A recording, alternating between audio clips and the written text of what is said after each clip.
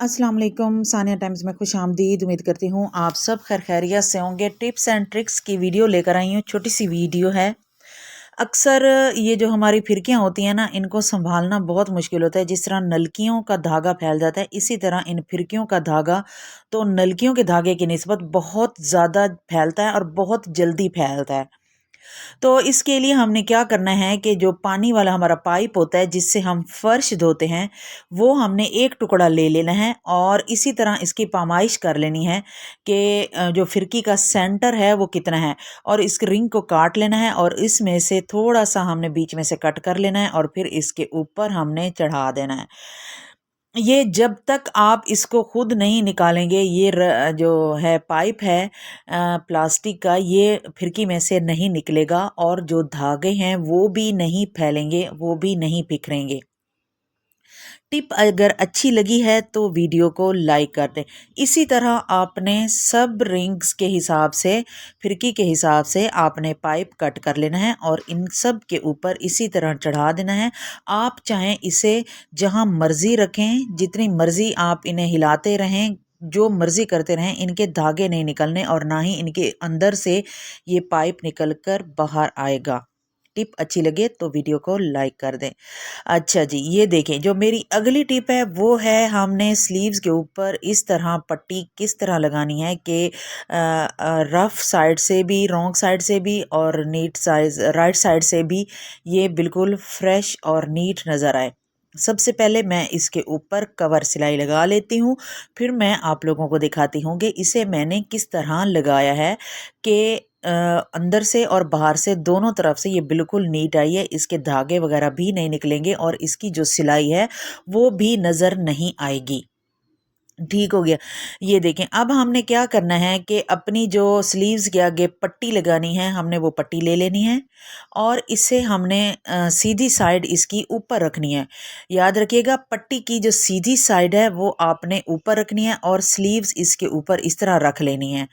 और अब हमने स्लीव्स को इसके अंदर इस तरह कर देना है और पट्टी को उठा के ये ऐसे हम स्लीव्स का जो सिलाई का मार्जिन हमने पकड़ा हुआ है उसी के ऊपर हमने इसी तरह रख देना है।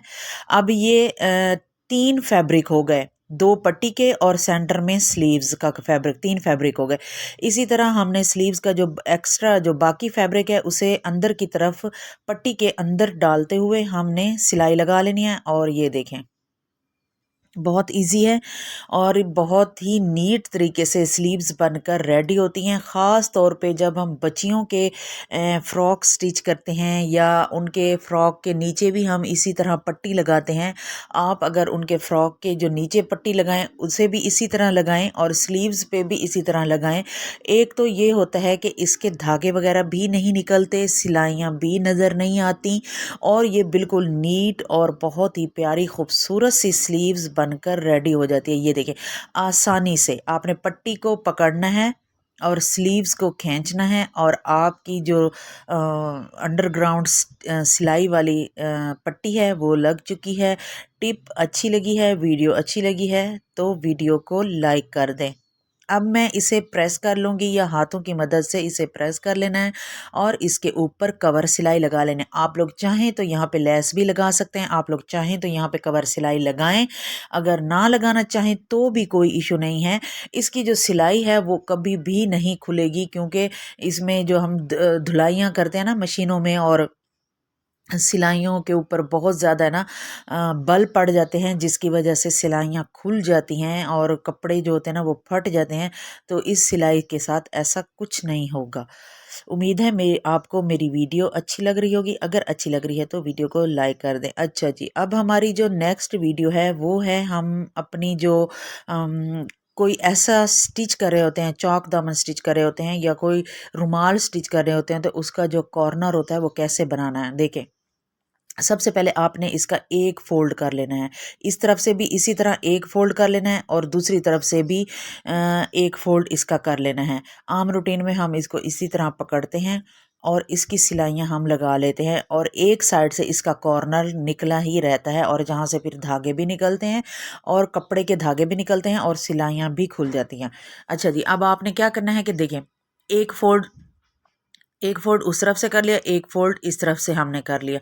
अब हमने क्या करना है कि इसका ये जो कॉर्नर है इसको उठाना है, इसको उठाना है और इसे हमने ये देखें इस तरह फोल्ड कर देना है और ऊपर वाला जो इसका फोल्ड है उसे हम इस तरह कर देंगे। और अब इस साइड वाला ये जो है कॉर्नर, इसे भी हम इसी तरह उठाएंगे, ये देखें इसी तरह उठाएंगे और इसके ऊपर हमने सिलाई लगा लेनी है और ये बहुत ज़बरदस्त और नीट कॉर्नर बनकर रेडी हो जाता है। ठीक हो गया। ये देखें अब हम इसके ऊपर सिलाई लगा लेंगे और जो इसका कॉर्नर है उसके ऊपर भी बेशक सिलाई लगा लें या उसे सुई की मदद से आप बाद में फिनिशिंग दे दें तो कोई इशू नहीं है, दें या ना दें कोई इशू नहीं है। लेकिन ये कॉर्नर जो होता है ना, चाक दामन हो गए या हम किसी ऐसे रुमाल की स्टिचिंग करते हैं उसका भी इसी तरह कॉर्नर बनाना होता है, तो इसकी जो सिलाई है ना इसी तरह लगाएं तो अच्छी रहती है। अच्छा, एक और टिप बताती हूँ कि अक्सर हम अपनी ये जो फिरकी है इसमें डालते हैं, हम इसी तरह डालते हैं जिस तरफ इसका होल होता है और इसी तरह हम इसको निकाल लेते हैं। सिलाई और मशीन का टांका अच्छा ना आने की रीज़न एक ये भी होती है, हम इसको इस तरह डालते हैं, ये गलत साइड है, हमने इसे इस तरह डालना है रॉन्ग साइड से। ये देखें ये ऐसे और ये ऐसे, इस तरह। अगर आपकी सिलाई की मशीन अच्छी नहीं आ रही, सिलाई अच्छी नहीं आ रही, तो आपने इस टिप को फॉलो करना है, आपकी जो मशीन की सिलाई है वो बिल्कुल परफेक्ट आएगी। इसको निकालना है और इसे अगर इस तरह लगी हुई है इसको निकाल के इस तरह करना है अपोजिट साइड पे।